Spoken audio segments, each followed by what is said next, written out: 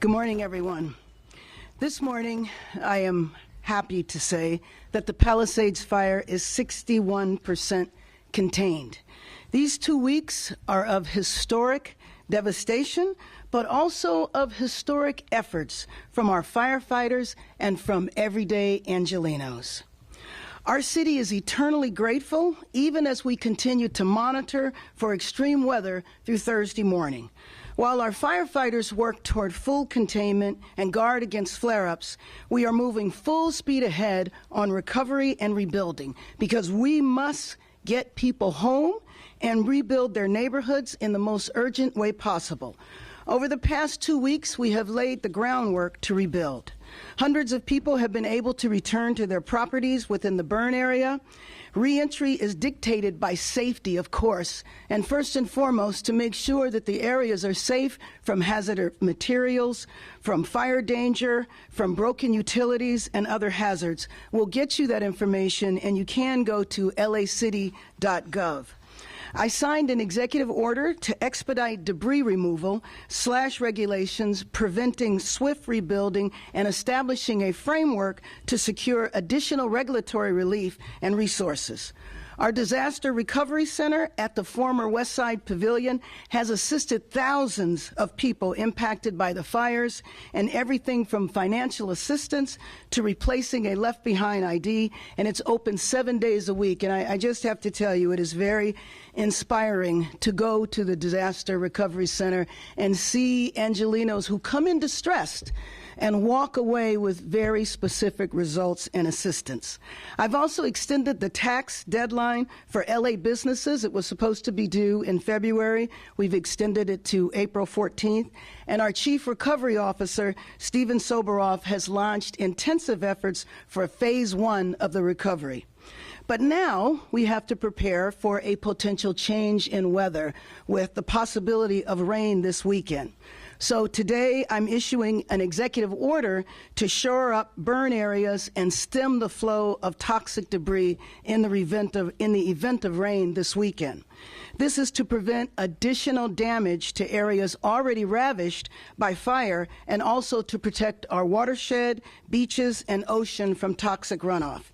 The action plan I have directed our city public works bureaus to implement includes the installation of barriers, debris removal, and diverting runoff from our stormwater system and into our sewer system where it can be treated. And this is done in complete collaboration with our partners at the county.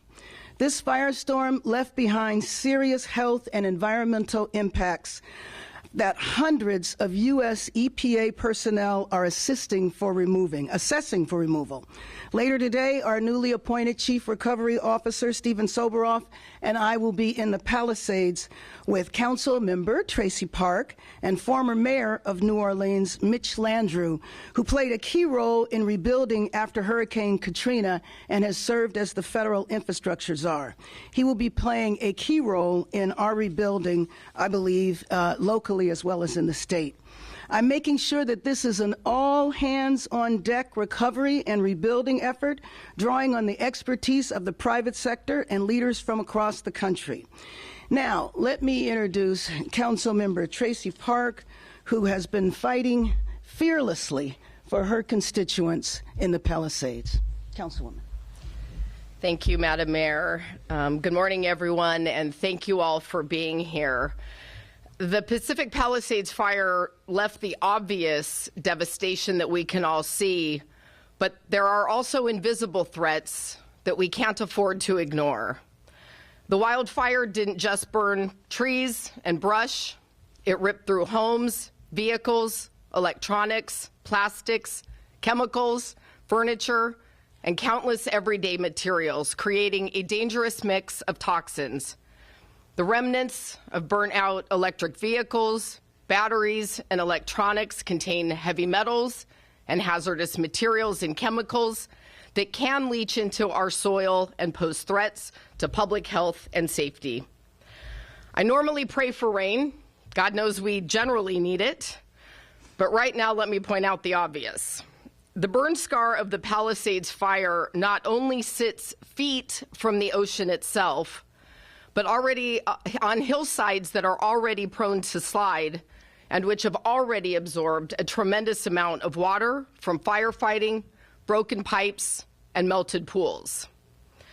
Adding water to this mess and saturated, unstable hillsides is the last thing we need, but we already know at some point it's going to happen. And let me remind folks, burn scars don't absorb water at a normal rate. They simply add to the risk of floods, landslides, and debris flow. Contaminants don't just stay where they fall. When it rains, they flow into our gutters and storm drains, our creeks and waterways, and eventually our beaches and ocean. Council District 11, our city's coastal district, serves as the repository for the watershed of the entire region. We already see beach closures after storm events, and the impact of pollution absolutely devastates our marine wildlife. As the representative of LA's coastal district, I personally feel a profound responsibility to safeguard our city's most treasured and environmentally sensitive region. That's why last week, the City Council approved my motion instructing the Bureau of Engineering and LA Sanitation to create a comprehensive waste mitigation and slope stabilization plan. I appreciate the help from Governor Newsom and Mayor Bass to get the regulatory hurdles out of the way so we can speed up this critical work and prevent further environmental impacts to the extent humanly possible. Because we've never seen a burn scar in an urban area of this scope and magnitude, my motion also instructs the Bureau of Engineering's GIS and Mapping Division to create an online post-fire hazard map to identify homes and properties that are at increased risk of mudslides and debris flow. We also need every resident to be part of the effort to stay safe and healthy.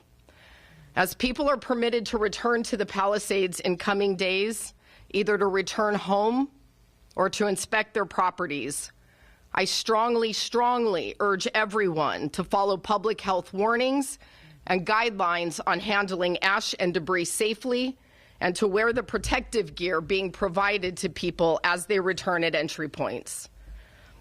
And I'll finish on this point with a message to my friends and residents of the Palisades, many of whom are increasingly frustrated with the delays and lack of clear timelines about when they can return.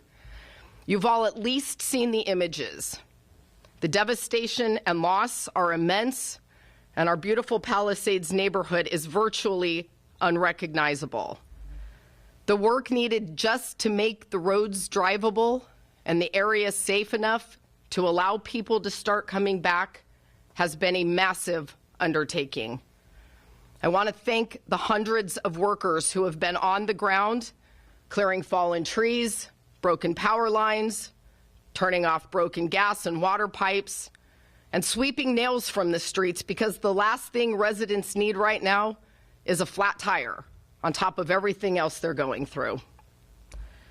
As we go through this traumatic experience together, I want to reassure Palisades residents that we will be with them every step of the way, and that we will do everything we can to contain the damage already done and protect the health and safety of our environment and our community. Thank you. Next, Chief Crowley. Good morning, everyone. Your LAFD has had a very busy 24 hours. There were 3 additional brush fires fueled by high winds and dry vegetation within the city. I am happy to report that all 3 fires were kept very small and involved Griffith Park, Granada Hills, and the Tujunga areas.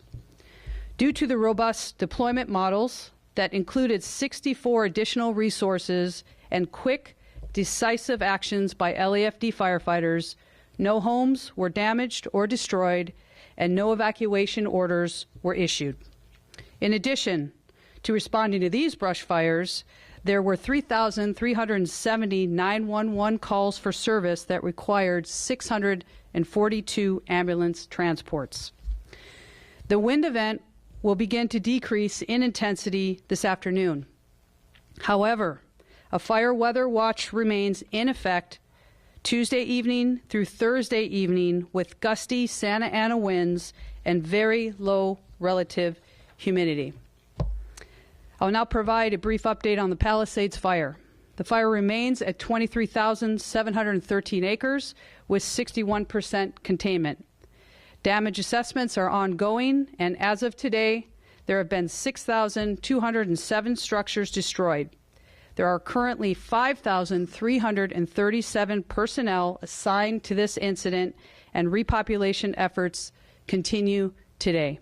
I want to take the time to thank the community for your continued support and readiness.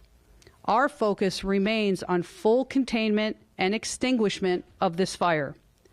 A heartfelt thank you goes out to all the firefighters, first responders who have worked day in and day out for the past 14 days straight throughout this crisis.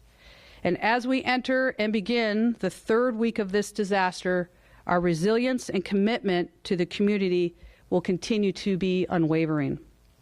Next, I'd like to introduce LAPD Chief Dominic Choi. Good morning.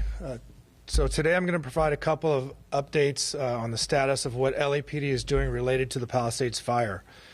First, the Los Angeles Police Department has completed an exhaustive search for any missing persons or deceased individuals within the Palisades burn area in the city of Los Angeles. And at this point, we have 5 confirmed fatalities or deaths related to the Palisades fire in the city of Los Angeles. Secondly, we stand at 44 total missing persons that have been reported. I'm happy to say of those 44 missing persons, only 1 missing persons report remains unresolved. We believe that we will have a resolution to that last report shortly. As you can see, the burn area continues to present hazards and challenges for all first responders and residents. Your safety remains our priority, and therefore our repopulation efforts must be methodical and sensitive to the needs of those communities going in there.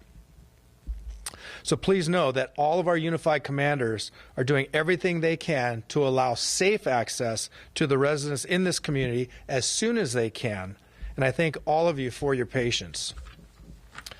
Specifically on the Palisades Highlands repopulation, so on January 19th, the Los Angeles Police Department established a community staging area at 1150 Pacific Coast Highway in Santa Monica in Lot 3. This was done to establish an orderly, residents-only repopulation plan for specifically the Palisades Highlands. The following process will continue today, and as other zones open up, this process will be the same and only will change if there's a need to change that process. Any new openings will be communicated by the Unified Command to our Joint Information Center and will be pushed out on all of our city websites and public-facing information portals. So again, this process is for residents only, and we ask that non-residents do not respond to the staging area. This community staging area is a collaborative effort between the Los Angeles Police Department, the California Highway Patrol, and the Los Angeles Department of Transportation. We're encouraging community members to respond to Lot 3 by traveling northbound on the California Incline, negotiate a left turn onto PCH, and stage their vehicle in the number 3 lane along the curb. Officers will be present to provide direction into the parking lot. Residents, once in the parking lot, will be asked to provide identification or documentation that validates their residency within that community. Residents will be offered access kits containing N95 masks and goggles for their safety, but we also encourage all of you, if you have your own personal protective equipment, to bring that as well. Once groups of vehicles are validated, the California Highway Patrol will escort caravans into the Palisades Highlands community. LAPD will have units available in this community to provide safe passage out of this community if you choose not to stay. We have asked community members to arrive at staging from 10 a.m. to 5 p.m. and will be escorted into this Highlands neighborhood. Escorts will not be available after 5 p.m. as hazards increase during the hours of darkness. If community members wish to remain in their residence, they can do so. But if you leave after 5 p.m., you cannot return until the next escort service continues, which will be 10 a.m. the following day. We remain on full tactical alert. We continue to deploy significant resources in and around the burn areas to prevent any criminal acts from occurring and to arrest those that do commit criminal acts.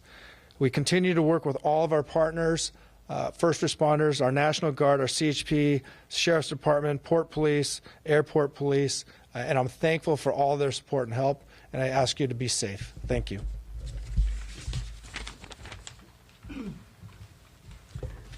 Let me also acknowledge Keith Mose, the General Manager of the Bureau of Street Services, and Julie Allen, the Assistant GM of Sanitation Department. We'll take your questions. This is Julia.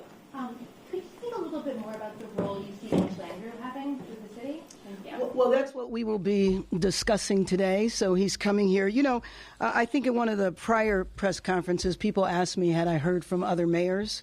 And I definitely have, and they've wanted to come and offer their experience, their guidance, and their expertise. And Mitch is in that. So we'll be talking about that today. Thank you. Other questions? Okay. Thank you. Thank you, everyone.